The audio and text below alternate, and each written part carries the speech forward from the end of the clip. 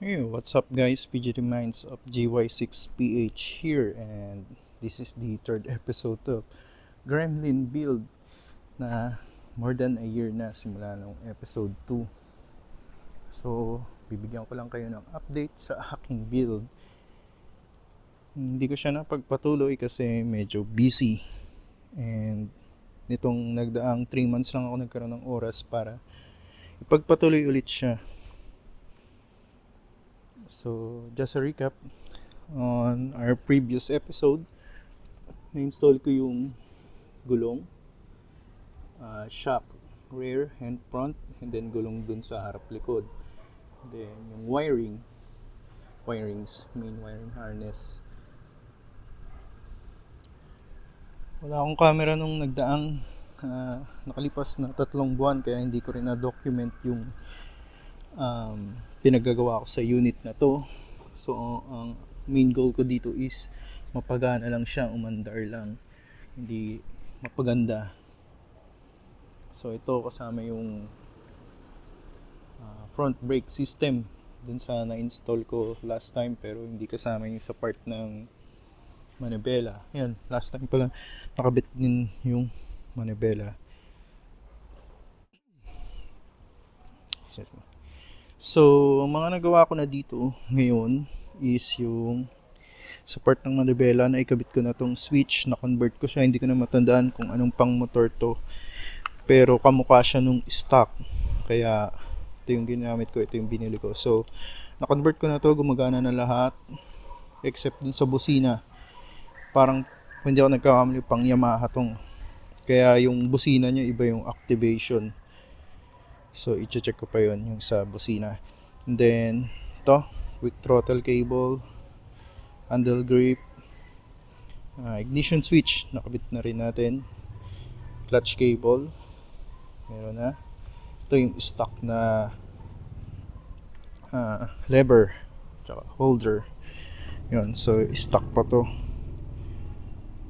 Para saan kaya to, no? Kasi clutch to eh. And then ito yung replacement. So kailangan ko palitan tong hose dahil hindi siya parehas dun sa stock. So sa harapan, yun, ilaw. Pinalitan natin siya ng headlight and then signal light. Pero papalitan natin to kasi tumatama siya dito sa fairings. So yun, papalitan natin to. So medyo i-abante natin siya siguro para hindi siya tumama. Anyway, kailangan ko to palitan din cable kasi nakaharang siya. Then front fender, naalog na nga siya kasi sira na dun.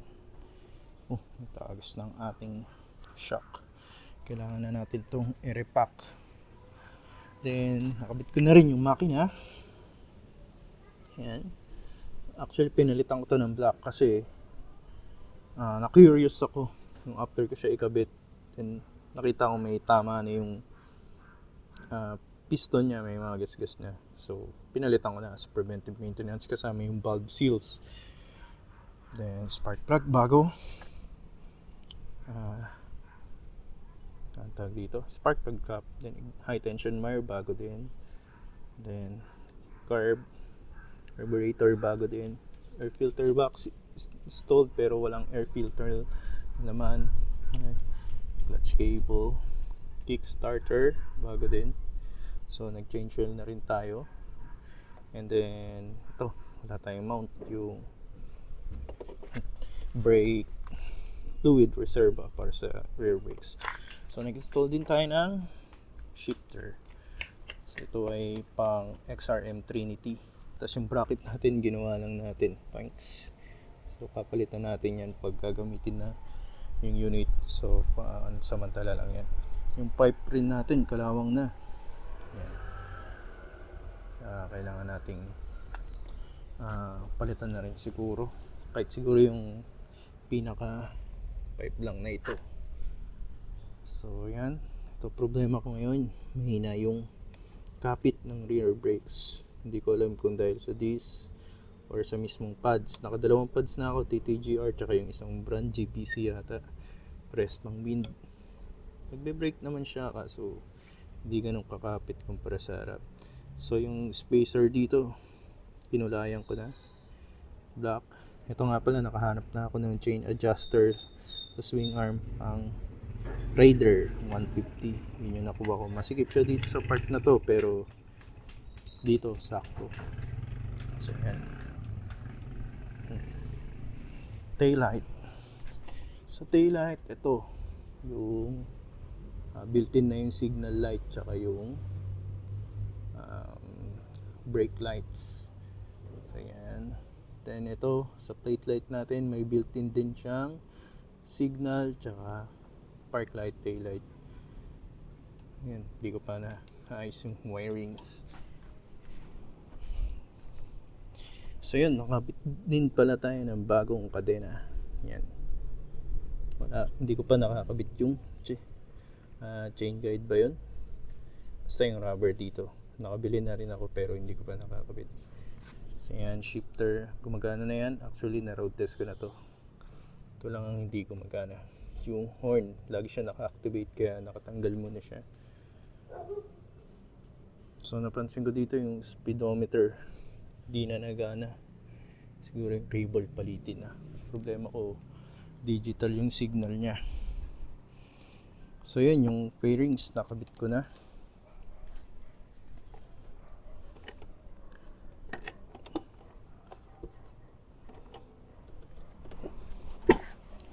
Yan. Oops, delikado pala to. Wala, nasira yung cover sa battery eh. So yan. Nakadikit pala siya doon. Buti malayo yung negative. Lagay natin. Yan. Yes.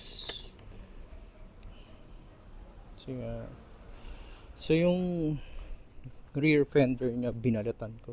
Tinanggal ko yung plastic. Ayan pala, meron din ako nung rock. Tawag dyan, mono rock.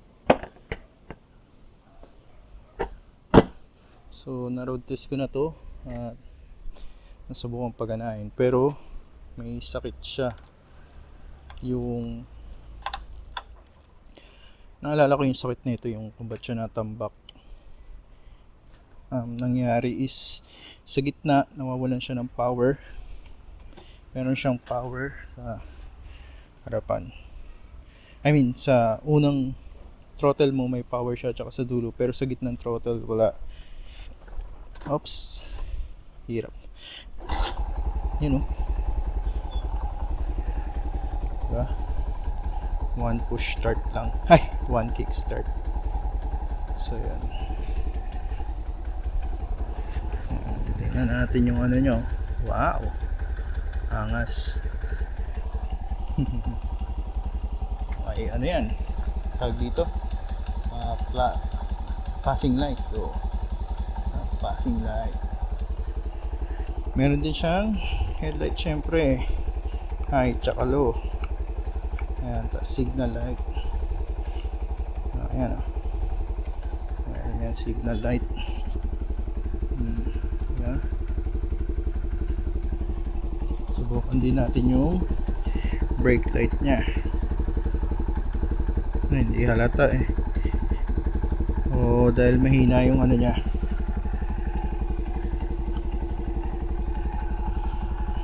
So basically, actually buo na talaga siya. Minor na lang yung kailangan kong i-trouble dito. Meron naman tayong side mirror. Yung kaha siguro i-re-repaint ko siya ng mas malabo para mas magmukhang luma. Yun, yung cable, meron na akong pamalit dun sa brake cable. Tapos meron na rin akong pamalit dito para kasi siyang sakal sa part na to. Tapos ito, hindi ko pa alam saan ko i-mount. Yung dati yata dito sa loob nakalagay yung stock. Hindi ko na matandaan. Tapos yung pipe, kalawang na yung pinaka ano niya.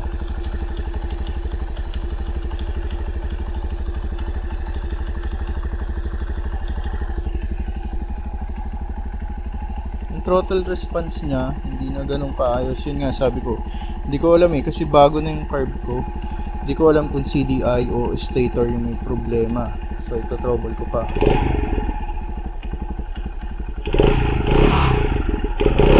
Ayun o, ano nyo yun, may hesitation siya, naririnig nyo.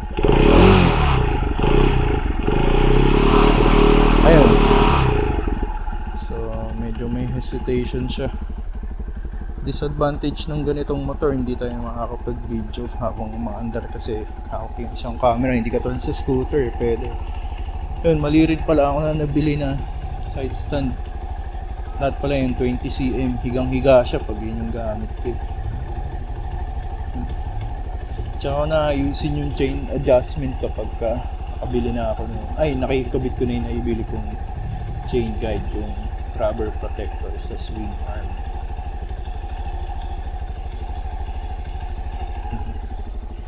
So yun lang na yung update. Medyo natagalan yung build na to. Wala siyang battery, nagkukurap yung LED niya. Sa normal na gamit, okay naman siya. Yan. Sana mabuo na natin ang aking unit, ang subukan na sa kalsada lang. At salamat sa panonood.